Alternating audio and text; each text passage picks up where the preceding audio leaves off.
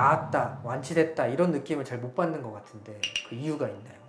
연세 드신 분들이 혈압약을 먹고 전립선 약 쓰러진다, 어지럽다 이런 경우가 꽤 많습니다. 약물을 써도 이 장벽을 뚫고 들어가는 게 거의 불가능해요. 고혈압약이랑 비슷하네요. 비슷한 게 아니고 똑같아요. 똑같은 거예요? 네. 아. 그러니까 고혈압약을 2번 드시는 거예요. 억제제를 드신 분들이 성기가 작아졌다라고 느껴서 불만스러운 분이 있고요. 그러면서 이제 전립선도 작아지는 거고 탈모가 반대로 좋아지는 그런 이제 부작용도 있죠. 이런 종류의 약이 대표적으로 그다음에 이런 약들이에요. 원장님 안녕하세요. 그러니까 네, 누님 안녕하십니까? 네, 계속 어색하죠? 네. 그 전립선 비대증으로 보통 비뇨기과에 가면 약을 처방해 주잖아요. 근데 그 약을 먹고 이게 나았다, 완치됐다 이런 느낌을 잘 못 받는 것 같은데 그 이유가 있나요? 처음에는 효과가 있지만 나중에는 내성 네, 비슷하게 내성. 생겨서 효과가 없어지고 처음부터 효과가 없거나 나중에 효과가 없거나 이렇게 해서 많은 분들이 그냥 포기하고 사시는 거죠. 받아들이는 거지. 전립선의 특성을 잘 이해를 하면 좋을 것 같아요. 치료가 잘 안 되는 다양한 질환이 있지만 대표적으로 전립선 질환이 왜 이렇게 치료가 안 될까? 일단은 심장에서 위쪽에 있는 게 뇌고요. 아래쪽으로 있는 것이 복강에 있는 골반 안에 있는 전립선인데 혈액순환이 잘 안 되는 그런 특성을 가지고 있다고 말씀드린 것은 기본이고, 두 번째는 이 전립선에 매우 독특한 혈액 장벽이 존재하고 있어요. 혈액 장벽이라는 말이 생긴 게 지금부터 한 130년 전에 어떤 실험을 했냐면 동물의 혈액을 이제 염색을 해가지고 파란색으로 바꿔서 이제 주입을 했을 때 파란색으로 바뀌겠죠. 근데 빨간색으로 그대로 남아있는 곳이 이제 첫 번째 뇌였거든요. 그래서 뇌에 혈액 장벽이 있구나라는 게 밝혀진 거고요. 혈액이 못 들어간다는 얘기인가요? 네. 염색약이 못 들어가는 거예요. 혈액을 파란색으로 염색을 했는데 결국은 뇌는 그 염색약에 대한 거부 때문에 들어오질 않고 빨갛게 남아있었다. 이게 이제 BBB 장벽이라고 해서 유명한 그 130년 전에 밝혀진 거고요. 전립선에도 그와 같은 장벽이 있다는 게 이제 30년 뒤에 밝혀졌죠. 이 부분이 지금 현재 전립선 질환이 치료가 안 되는 첫 번째 요인이라고 보면 됩니다. 그러니까 약물을 써도 이 장벽을 뚫고 들어가는 게 거의 불가능해요. BBB 장벽과 같은 수준의 BPB 장벽이 있기 때문에 이렇게 이해를 하시면 되고, 그렇기 때문에 이 전립선을 치료하려면 이 장벽 문제를 해결해야 된다라는 거고요. 그러면 저희가 비뇨기과에서 약을 받잖아요. 그러면 그게 증상이 좋아졌다고 느끼는 이유는 뭘까요? 지금 양방에서 치료하고 있는 약을 크게 2가지로 나누면 전립선 크기를 줄이기 위한 그 알파 환원 억제 효소 이런 약이 있어요. 이게 일종의 남성 호르몬 억제제거든요. 남성 호르몬 억제제를 써요. 그러니까 이게 BBB 장벽, BBB 장벽 이런 개념이 아니라 남성 호르몬이라는 게 성기능에도 중요하고 전립선의 성장에도 매우 중요해요. 근데 이 남성 호르몬을 억제를 해보자 해서 쓰는 방법이 쉽게 얘기하면 사극에서 나오는 내시, 환관 이런 사람, 궁중에서 살고 있는 그런 사람들은 고환을 제거해가지고 거세를 해가지고 남성 호르몬을 안 나오게 하는 거거든요. 그렇게 되면 전립선 자체가 줄어들고 성기도 줄어들고 여성화되고 그렇게 되는 방법하고 유사한 방법이라고 생각하면 돼요. 그래서 이 남성 호르몬 억제제를 드신 분들이 성기가 작아졌다라고 느껴서 불만스러운 분이 있고요. 그러면서 이제 전립선도 작아지는 거고 탈모가 반대로 좋아지는 그런 이제 부작용도 있죠. 이런 종류의 약이 대표적으로 피나스테리드, 그다음에 두타스테리드 이런 약들이에요. 이게 호르몬 기반의 이제 전립선 약이라고 보기 때문에 이거는 뭐 장벽 문제하고 상관없이 다른 접근을 하는 거죠. 두 번째는 배뇨장애, 그러니까 요도가 좁아지면 이 요도가 근육으로 되어 있잖아요. 우리 모든 기관이 다 근육으로 되어 있는데 요도를 확장시키자라고 해가지고 근육 이완제를 쓰는 거거든요. 탐스로신 같은 그런 약 종류인데 알파 차단제라고 이야기를 해요. 이 약을 먹게 되면 근육이 이완되기 때문에 요도가 확장되는 효과가 있어요. 근데 이 문제는 뭐냐 그러면 요도나 방광, 전립선 이쪽에 타겟팅 해가지고 약을 쓰고 싶지만 이렇게 표적화가 잘 안 되기 때문에 이 약을 먹게 되면 모든 근육이 이완돼서 혈압이 떨어져요.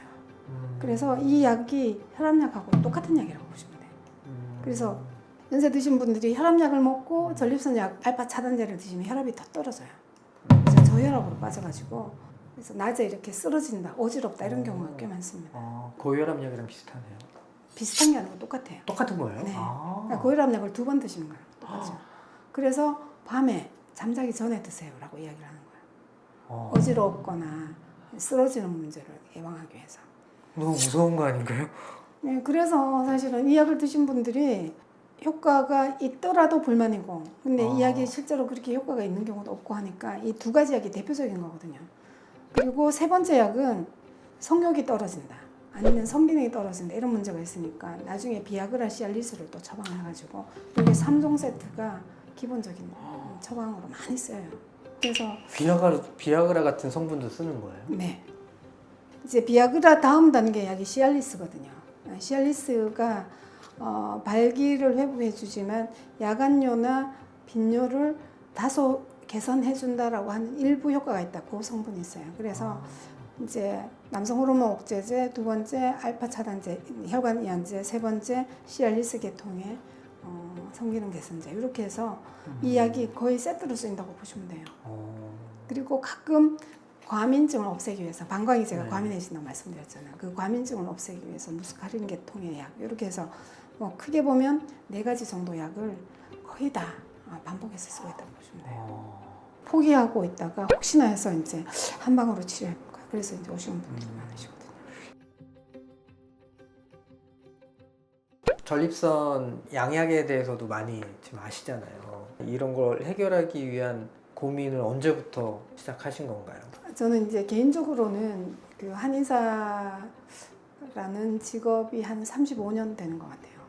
적지 않은 기간인데 이제 현대인들이 과거보다 이제 음식이 너무 풍부한 시대가 됐잖아요. 지금은 살을 어떻게 뺄까, 어떻게 하면 비만에서 탈출할까 이런 시대로 바뀌면서 이게 디톡스라는 개념으로 저희가 이제 치료를 계속 해왔어요. 그러니까 디톡스라는 게 몸 안에 있는 독소를 빼내야 된다 이런 개념으로 여러 가지 이제 방식으로 치료를 했는데 유일하게 전립선이 디톡스가 안 되는 거예요.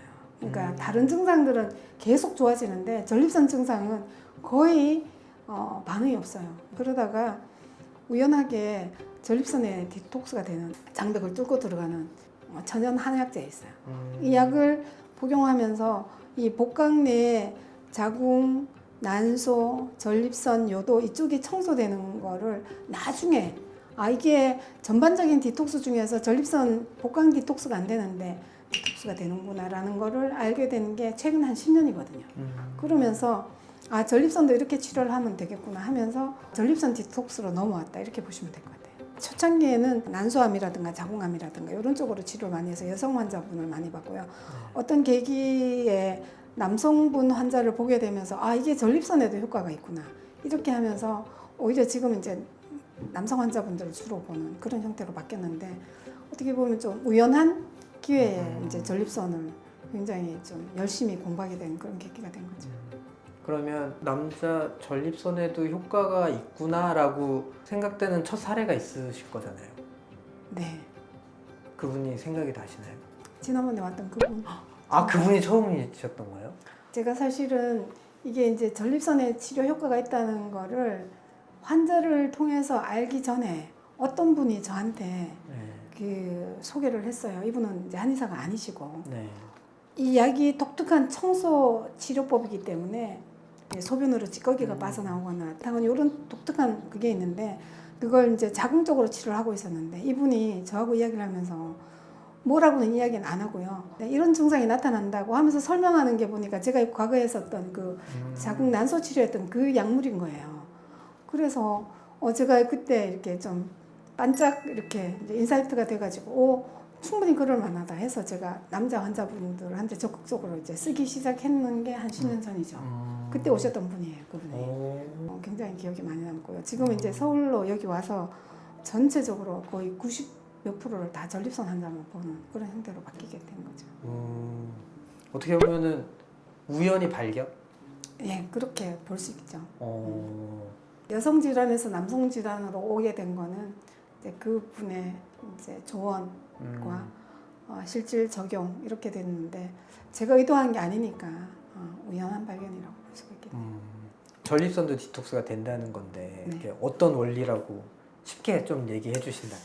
그건 사실 이게 이제 천연물이기 때문에요. 이 지구상에 존재하고 있는 어떤 한약재가 가지고 있는 특성이어서 그 원리는 강력하게 침투하고 침투가 되고 길이 만들어지면 우리 몸은 해결하려는 자연치유 이런 반응이 몸에 내재되어 있잖아요. 그래서 그런 조건을 만들어주는 게 이 약재의 특성이라고 보면 돼요.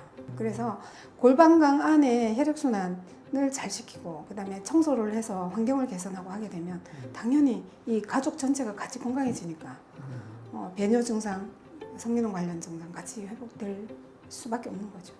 과거보다 원료를 다루는 기술이 정말 많이 좋아졌어요. 그래서 흡수율이라든가 침투율이 해마다 좋아지고 있어요. 그래서 환자분들 만족도가 굉장히 높아지고 있고 최근에 저희가 이제 특허받은 것도 그런 기술이 적용되는 거기 때문에 저희들은 요즘 환자분들이 오면 정말 막 자신 있게 이야기합니다. 특허를 받으셨어요? 네. 지난 4월 달에. 근데 치료법이 특허를 받을 수도 있나요? 그러니까 이제 조성물 특허라고 하죠. 저희 한약으로 치료하는 거니까 치료법인데 발효, 저분자화 이런 가공 기술이 들어가 있는 그런. 특허받은 이 치료법은 어떤 의미가 있는 치료법이라고 생각합니까? 저희가 이제 최근에 와서 훨씬 더 치료율이 높아졌다라고 말씀드린 게 BBB 장벽과 똑같은 BPB 장벽을 통과하는 약재. 제가 과거에 자궁 치료에서 이제 전립선 치료로 넘어왔던 그 약재가 있고요. 결론이 난 게 아니고 계속 연구 중이라고 보면 될까요? 네, 그렇죠. 천연물은 연구가 끝이 없는 것 같아요. 이 가공하는 과정에서 또 배합하게 되면 열을 통해 가지고 상호작용이 일어나게 되면 또 제2, 제3의 또 물질이 생기거든요. 효과는 점점 좋아지는데 이 결과적으로 이 좋아진 거를 연구를 통해서 분석하고 따라잡는 거는 또 다른 측면이에요. 저는 이제 임상을 하는 입장이니까 계속 치료율에 이제 포커스를 맞추고 있는데 여유가 되면 정말 성분이나 이런 쪽에 연구소를 좀 본격적으로 가동하게 되면 훨씬 더 좋은 결과가 나올 것 같다 이런 생각을 하고 있어요. 전립선 질환 관련해서 어떤 증상이든지 다 좋습니다. 만약에 고민이 있다면 그냥 혼자 고민하지 마시고 저 전립선 누나에게 편하게 말씀해 주시면 좋겠습니다.